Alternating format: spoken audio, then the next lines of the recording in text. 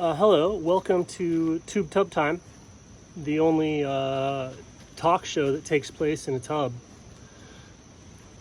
So today we're going to go over the very first phase of Hosga, which is yoga but with a hose. So we're going to go over back breathing today, which is comes from the English back, which means like this side. So you're going to be on that, like laying down on your back. So you need to be in a body of water that you can recline in. I have a 6-foot tub here. I have to kind of bend my knees. It's not optimal, but you know, something like that is kind of the bare minimum to really get the full effect of the practice. And so yeah, back, and then breathing is like the, right? So the first thing you're gonna wanna do is that you find a hose, right? You can do this through the mouth. I like that. It's also awesome to do it through the nose. So I MacGyvered a nose snorkel from this otherwise absurdly useless, dare I say dangerous mask that has a separate nasal compartment for the snorkel. So if your mask fills up in the eye area, you lack the ability to clear it. And then yeah, otherwise it's like all the this is kind of a death trap otherwise. But luckily it exists because they figured out a way to get a good seal around the nose. So with this mask and this setup, you can actually do the underwater breathing through the nose, which is pretty awesome in terms of like exploring the sinuses and stuff like that. We'll stick with just the hose today.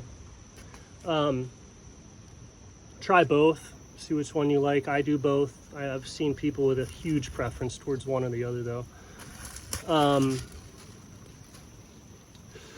So yeah, first thing you do is you go in and you just see what happens, right? Like have the snorkel out and lay on put the nose plug on.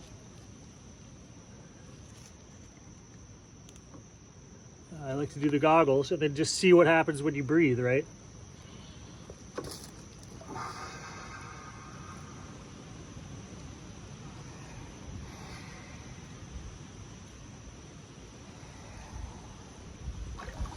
So ideally, if you're of a healthy body composition, when you exhale very much at all, you should sink.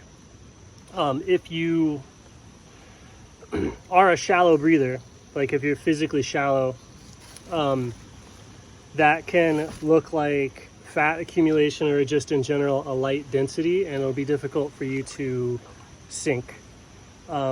But it doesn't really matter. Same thing if you're too heavy. People could be too heavy from like holding on to treasures or accomplishments, or there's some symbolism involved in whether or not you're too heavy or you're too light, but roughly you should be right at the same buoyancy as water, right at the same buoyancy as salt water, which will sink in fresh water, I believe. Anyway, so you want to get to a point so you can hold rocks if you're too light, which is most cases. If you're too heavy, hold something floaty, I guess. But you can kind of experiment and eventually exhale enough that you are able to fall down to the very bottom of the container that you're in.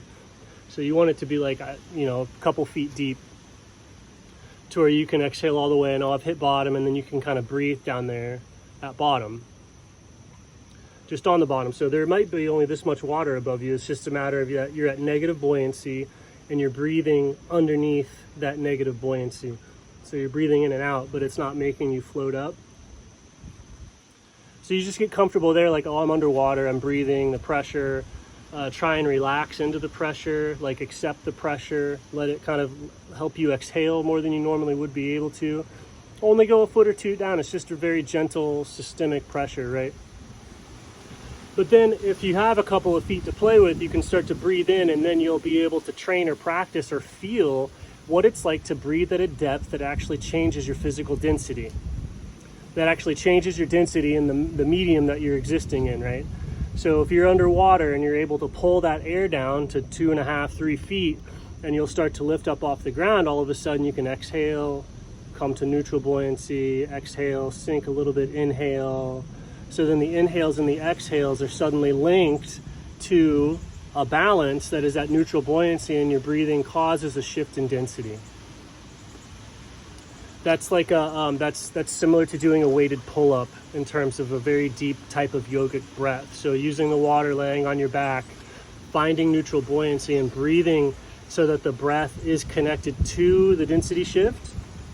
Very, very difficult normally, just like a pull-up or something would be very, very difficult unless you attach like a rubber band to the bottom of your feet, and then all of a sudden it's not very difficult. Or like doing a flip is hard unless you're on a trampoline. Right? This is a very deep yogic breath that is normally very, very hard, and this is a sort of like trampoline for the movement. So you can get to that deep breath and feel that and train it and slowly train it to where you can do it outside of the water. And it's like coming at what would, I guess a lot of the pathways describe as extreme mindfulness and stuff like that, but you can find it at the that level. So that's very cool.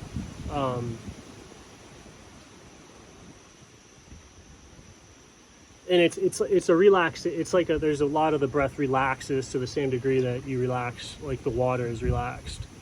Relaxation, like the water, connects it to the water pressure, and then the breathing and the surrounding density become connected. So you can still breathe in with you can find out in water that you're perfectly strong enough to breathe into and alter enough spatial density enough that you can actually change your buoyancy. You feel that actual strength. So in the air, it's just a matter of filling in the breath at that depth deeply, and being in the air, being in the water doesn't really change how deeply you're breathing. It's just easier to feel a deep breath in the water because you're deep. You're a little bit actually literally deep, so deep breathing's easier, but deep breathing underwater and deep breathing on land is the same with the same exact effect. It's just way more difficult to hear on land or whatever, way more difficult to feel, unless you get like very well trained, I guess. But you can't feel it. Like if you sense really, really, really close, and then it's like the instant any sort of ruckus or any noise happens, it's like obviously easy to lose it. Because the ruckus is happening on the surface and you're listening for this like depth. And so that's like what I would work on the first day of hosing, is just getting comfortable breathing at all underwater. So there's a little bit of pressure. You find somewhere safe. It's not strenuous. Don't do anything that makes you feel like, oh, I'm going to push myself and pass out or anything like that. Don't do that. But yeah, this is like a 3-foot deep tub. It's plenty deep. I'm over 6 foot, so it's almost long enough, but it still works. I can still be all the way underwater, and then practice feeling my breath be deep enough to alter my buoyancy, which doesn't require very much depth. It just requires a certain level of like totalizing presence, right? You have to be totally in the water. Once you're totally in the water, then the breath can affect the buoyancy.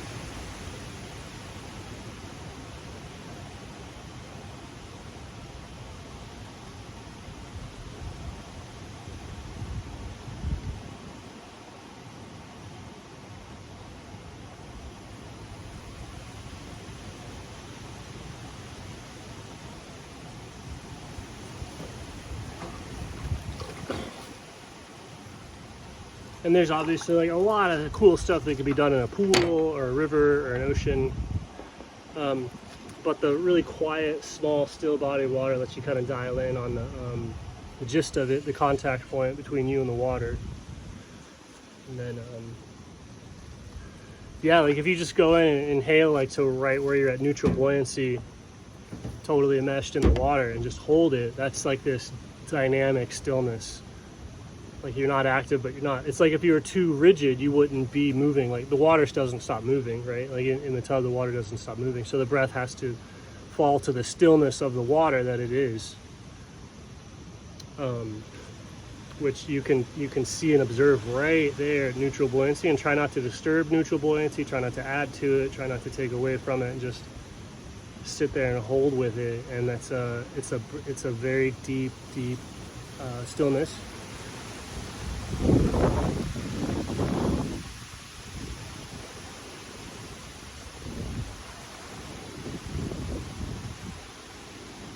But yeah, crazy craniosacral brain stuff if you do it with the nose, or in the pool. Cardio is pretty interesting with it. Dolphin kick technique is like really fascinating with it.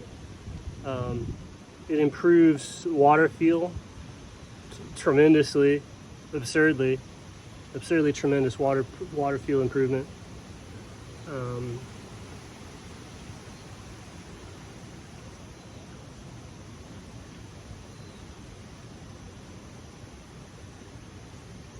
Yeah, it causes like instantaneous adaptation to ice water if you do it in ice water. Like, so if this was an ice bath and you go and you do the normal ice bath but with hose and kind of breathe yourself down to even, the immersion in it, something changes. The immersion plus the pressure of the cold on the breathing, and you're just like boom, there. Nothing's ever it's just there. It's slightly more panicky at first, but it's pretty awesome. You know, very short tube. It only takes like 1.5 feet if you're actually worried about oxygen. I've tested it. I've breathed through like an 18-foot tube for 20 or 30 minutes and no problem. No impact on blood oxygen levels, like no CO2 symptoms. So it feels like the air is plenty fresh, up to at least 5, maybe even body length probably.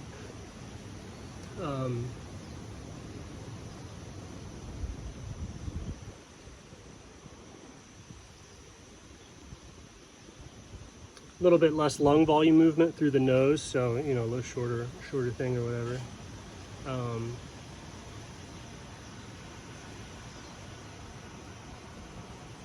And this is all pretty crappy setup. If you had mouthpieces or swivel joints or more flexible tubing, it would be wild, the type of acrobatic and balance and meditative stuff you could work on if it wasn't limited by the space or the thickness of the tubing or any of this other kind of hardware store setup stuff. Somebody put some thoughts into machining the hoses and the masks and the valves and stuff.